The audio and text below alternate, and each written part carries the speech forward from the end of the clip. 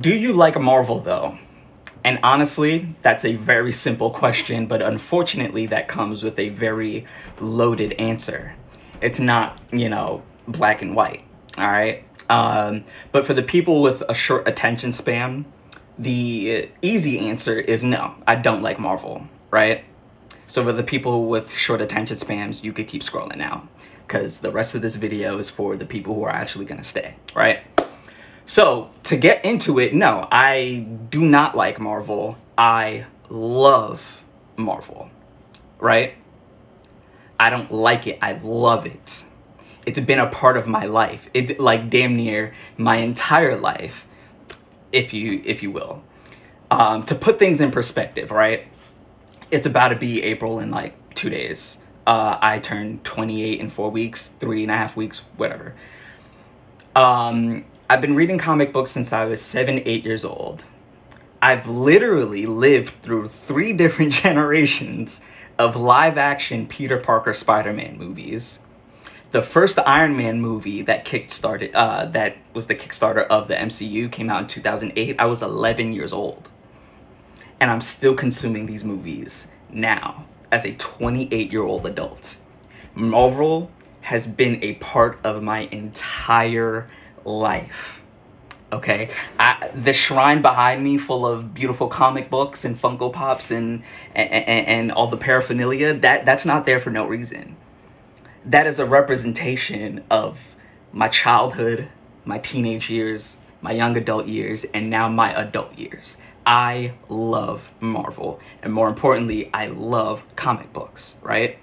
And because I love it so much, I have a deep passion for it. And because I have a deep passion for it is the reason why I'm so heartbroken by the current state of the MCU right now.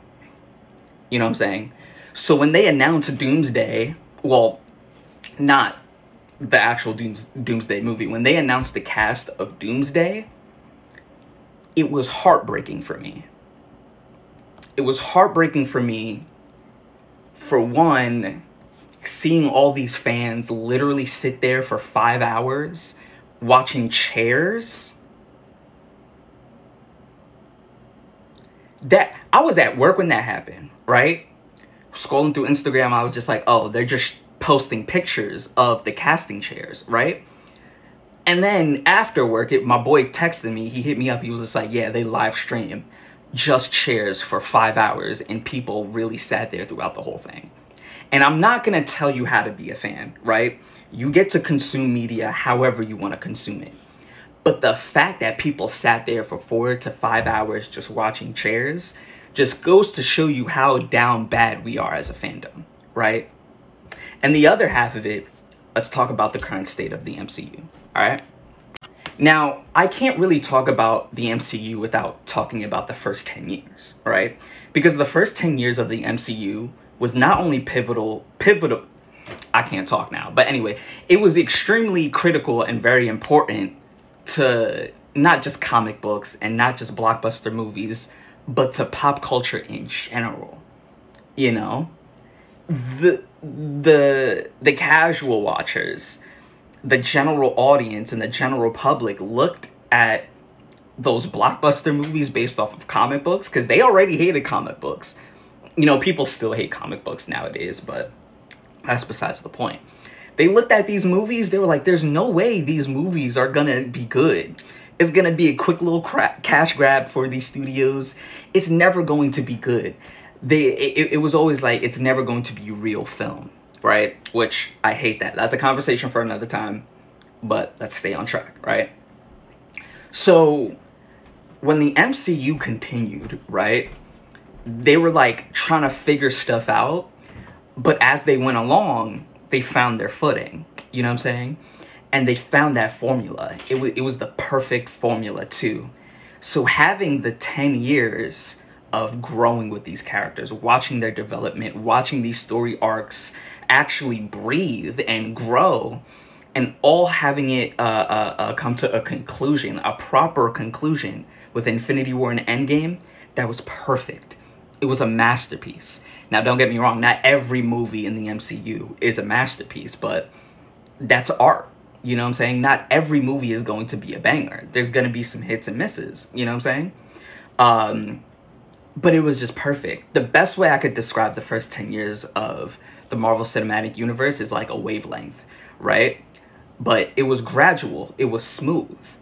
But with this new, with the next 10 years of the MCU that we have right now, it just feels like a roller coaster, but in the worst possible way. It feels like you're in a roller coaster, but you feel the nuts and the bolts and the screws loose. And you're on this roller coaster, you're like, holy shit. Like, I actually might die. Because let one screw loose, the whole thing falls apart. You know what I'm saying? So we have amazing projects, right? For example, the most recent installment is Daredevil Born Again. That's great. You know what I'm saying? Some people don't like it, but again, like I said before, art is subjective. So you have these projects that are so good, right? Black Panther Wakanda Forever, Eternals, Miss Marvel, Daredevil Born Again. Those are moments where I feel up right now, right? Those are the moments where I'm defending the MCU. But then you get movies like Ant-Man and the Wasp, the Quantumania, or is it just Ant-Man Quantumania? And then you have moments like, Deadpool and Wolverine. It's all over the place, right? It's very disorganized. And then it's just like this, you're either really up or you're just really down. And that's not what a cinematic universe is supposed to be. And that breaks my heart to quite literally see the downfall of the MCU, which is an IP and a franchise that has been a part of my entire fucking life. So yeah, that is the real answer to this question. I don't like the MCU. I love the MCU. I love Marvel. And that's why it's so sad. Because the first 10 years of Marvel, they proved the general public wrong. They were like, we can make blockbuster movies and tell great stories at the same time. But now, since they made all the money in the world, it's like they don't care to tell good stories anymore, So we have these individual creatives, right, who are working on these projects, putting the franchise on their back to try to stay consistent. You know what I'm saying? That's why I give a big shout out to the creators of Daredevil, because not only are they trying to elevate the MCU and keep it pushing forward, they're trying to honor the original series that came out on Netflix. And they did an amazing job with that. But unfortunately, you have like Thor Love and Thunder and all these other terrible fucking movies that are just making the MCU inconsistent. And that is so sad. And it breaks my heart as a true fan of Marvel, as a true fan of the MCU. It really breaks my heart to literally watch in real time the downfall of the MCU. And I hate talking like that, because as a fan, I want it to succeed. I want it to be just as good as the first 10 years of the MCU.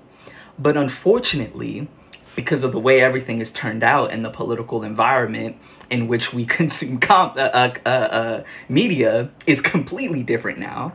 So how they produce and how they release that said media is going to be different. But that's another topic for another time. I don't want to get too off topic here.